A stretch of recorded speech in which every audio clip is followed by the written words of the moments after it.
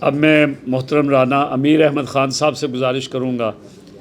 آپ کے علم ہے کہ ہم نے یہ 3 منٹ کا رکھا ہوا ہے، تو اب آپ کوشش کریں کہ جو بھی بات کریں تو اس میں ہو جائے. محترم رانا امیر احمد خان صاحب. سر، فلسطین میں جس طرح سے قتل و غارت ہوا ہے، جس طرح سے مظالم ہوئے، اس کی دنیا بھر میں بلکہ تاریخ میں ایسی مثال نہیں ملتی. کاشف منظور صاحب نے صحیح فرمایا کہ یہ خواب ہے، اور یہ اس وقت تک خواب رہے گا جب تک تمام عالمی طاقتیں قرآنی اقدار پہ نہیں آتی. امن قائم ہی تب ہوگا جب دنیا میں اسلام اقدار، اسلامی تعلیمات پہ پورا عالم جو ہے عمل کر رہا ہوگا. کیوں؟ ہم بطور مسلمان، ہمیں تو حکم ہے کہ آپ نے کسی پہ حملہ آور نہیں ہونا، صرف دفاع میں لڑنا ہے، اپنے دفاع کے لیے لڑنا ہے. لیکن چونکہ عالمی امن خراب ہی تب ہوتا ہے جب طاقتور قوتیں، طاقتور ملک جو ہیں وہ کمزور ملکوں پہ حملہ آور ہوتے ہیں. آپ نے دیکھا ہے امریکہ نے دوسری جنگ عظیم کے بعد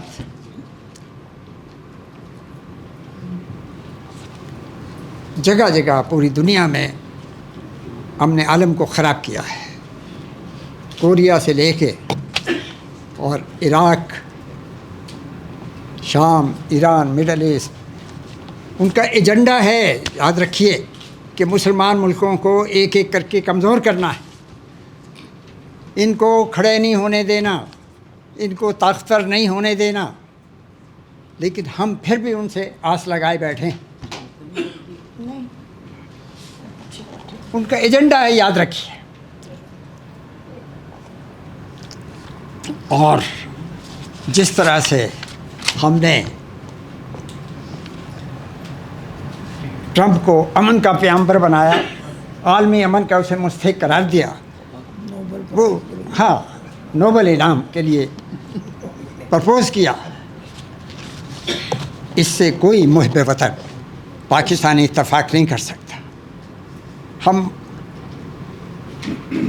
اور دنیا بھی نے بھی ہمارا مذاق بنایا کہ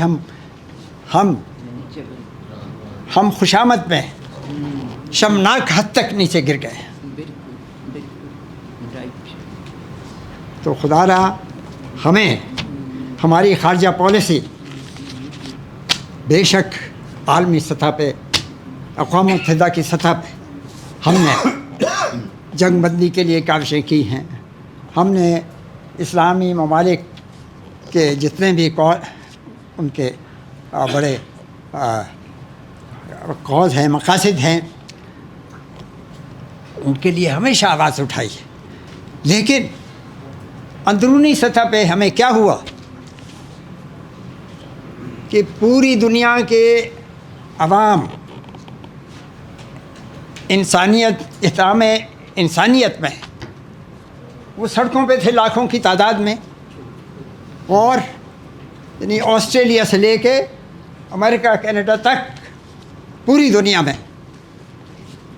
فلسطینیوں کے ساتھ اظہار یکجہتی کیا جا رہا تھا. قتل عام رکوانے کے لیے دنیا کے ضمیر کو جھنجھوڑا جا رہا تھا. لیکن پاکستان میں چھوٹے چھوٹے جلوس، کوئی بڑا شرم آنی چاہیے سیاسی جماعتوں کو اور ان کے لیڈروں کو کہ انہوں نے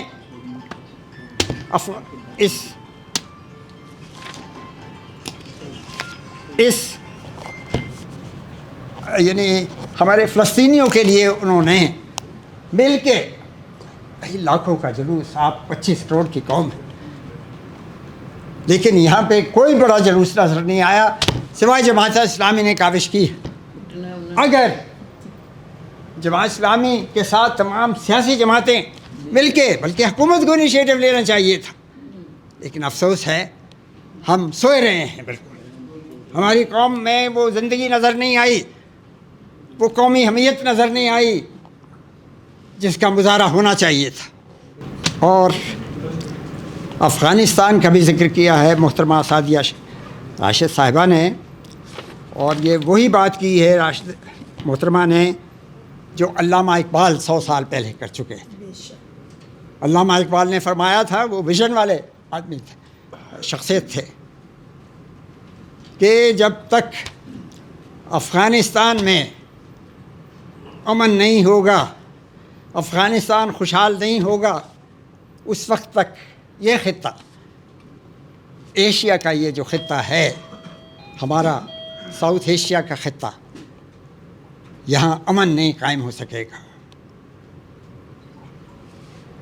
اور یہ تاریخی طور پہ بھی بالکل ہسٹوریکلی بالکل درست ہے کہ ہمیشہ افغانستان کی طرف سے یہاں حملہ آور آتے رہے ہیں،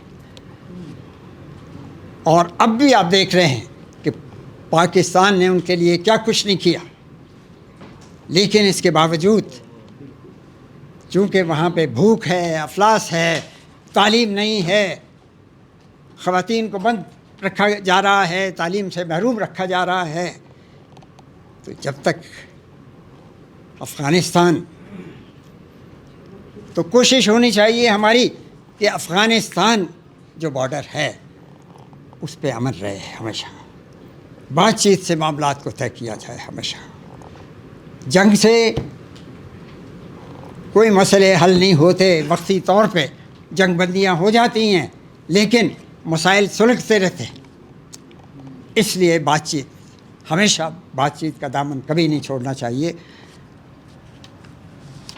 تو امت مسلمہ کا کردار بھی اس میں فرمایا گیا ہے، امت مسلمہ کا بھی کردار وہی ہے جو پاکستان کا کردار رہا ہے،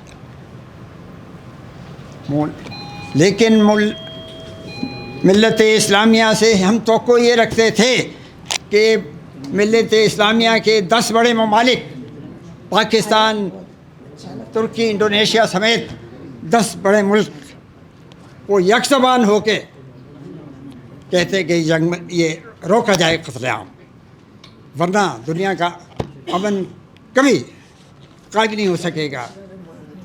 اس پہ دو ٹوک بات ہونی چاہیے تھی، جو افسوس ہے اسلامی ملکوں نے بڑی بزدلی کا مظاہرہ کیا ہے۔ آپ ضرورت سے کھڑے تو ہوتے،